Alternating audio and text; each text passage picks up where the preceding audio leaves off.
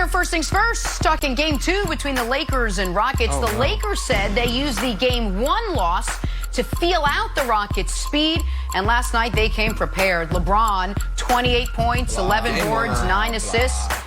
His partner in crime, Anthony Davis, 34 and 10, and the Lakers held off a late surge by Houston to tie up the series at a game apiece. And with that, we welcome back in Chris Broussard. Hey, Broussard, are you more confident in the Lakers or the Rockets after what you've seen in these 2 games? The Lakers. I think it's a hard-fought series. Obviously, the Rockets give them some problems, and if they're hitting their shots, they're going to be tough to beat. It's just as simple as that. And they got a lot of open looks yesterday that they'll probably make going forward. But I am more confident in the Lakers. We know that LeBron historically has taken game 1 to get a feel for his opponent. After that game, he talked about how fast the Rockets play. I think he adjusted to that. And yesterday, I thought he paced himself because in the third quarter, he wasn't very active. He didn't put his imprint on the third quarter. But then in the fourth quarter, he comes out and he's fantastic. So I thought he figured out, okay, this is how I have to play to pace myself, to be most effective late in the game, keep us in the game early, and I thought he was splendid. I would like to see Anthony Davis impose his will with his size a little more. Yesterday, he was hitting the jump shot, so it was fine, but I'd like to see him use his size a little bit more. But otherwise, I thought the Lakers played well, and I've got more confidence in them. Well, listen, I've got more confidence in the Lakers than the Rockets, but this is going to be the Lakers' toughest series of the postseason. I think this series can go 7. I think the winner of this series is going to win the title. And the Lakers were very fortunate last night. When the Rockets hit 22 threes, you almost always lose. If a team is plus 30 points from the three-point line, you are supposed to lose that game. The Lakers didn't lose because Markieff Morris had that out-of-body experience at the end of the first. LeBron was LeBron. And Russ, unfortunately, for the Rockets, was bad Russ. But I do think there should be a few apologies, either written or emailed, maybe sent via singing telegram to Daryl Morey. Yes. Because when they traded away Clint Capella, what I heard was, well, the defense is obviously going to suffer. And what are you going to do against teams with size when it comes to rebounding?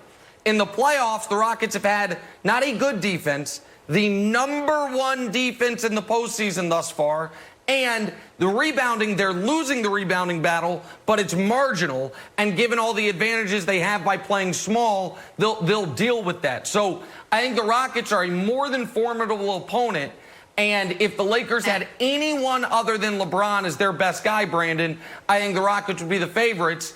And by the way, also credit Anthony Davis, 34 and 10 shouldn't be left out from last night.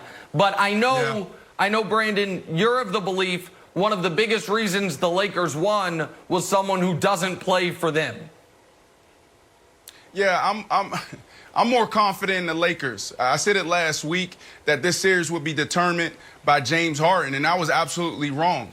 This series is going to be determined by Russell Westbrook. I don't even think this series is close, Wilds, if Russ is Russ. Like, think about this. Russ was airballing shots, penetrating, dribbling off his feet. He was even throwing balls 100 miles per hour. And it pains me to talk about another player. I think one of the hardest things to do going from player to analyst to broadcaster is to actually talk about another player, because you can easily put on film and show me dropping balls, falling at the top of my routes. But I got to call a spade a spade. This was bad Russ. If they want to win this series, if they want to be in this series, they have to get Russ focus on the offensive side, or just focus on defense. He did a phenomenal job crashing the boards. He did a phenomenal job of just being that Energizer bunny and keeping the pace going. But at the end of the day, Russ cannot play like this because he's literally hurting the flow of this offense, Wilds. Yeah. So I also am pained to criticize Russ. My son's name is Russ, and we have more pictures of Russell Westbrook in the house than my own brother. And before I talk about Russ, Nick, if you want to put out somewhere where you can get those singing telegrams for everyone to apologize to Daryl Morey? Can you note where you got yours to send to Playoff Rondo, who bailed you guys out last night? Because that was sort of the key to the entire game. So I don't know if it's like an a cappella group or just maybe one opera singer, so whatever. It'll be, check Nick's Twitter if you guys want to send singing telegrams. No problem. Look, the Russ roller coaster was extra bumpy last night, and I think we all went through it. And the thing that I thought was very, very concerning was a second quarter air ball where he threw one up like this and left it up, and it just hit the net. He's like, ooh. I'm like, well, Russ is not only missing shots, he's missing shots that he thinks are going to go in. Later on in the game, Harden, they're double teaming Harden, leaving Russ wide open. And Mark Jackson's like, oh, that's so disrespectful. It's like, is it? He's 3 for 18 in the playoffs. It's like, it's kind of like when my son doesn't hit me with a water balloon and then I'm like, go ahead, throw it to me. It's not going to explode. It's just going to bounce off. No, it's kind of disrespectful, but it's earned disrespect. And Broussard, if the Rockets want to get in it, we talk about Russ being the old Russ. I don't need 3-point shooting contest, Russ. I need to attack the paint. He's going to the paint half as much as he used to post-Capella trade when we read all the articles and listened to all the podcasts about, hey, it's the new Russ. He's attack, attack, attack. Now he's not. Now he's back to shooting threes. And I know the Rockets are in love with the threes, and I want him to shoot 63s a game. But I'd rather see him attack Broussard. That's not him.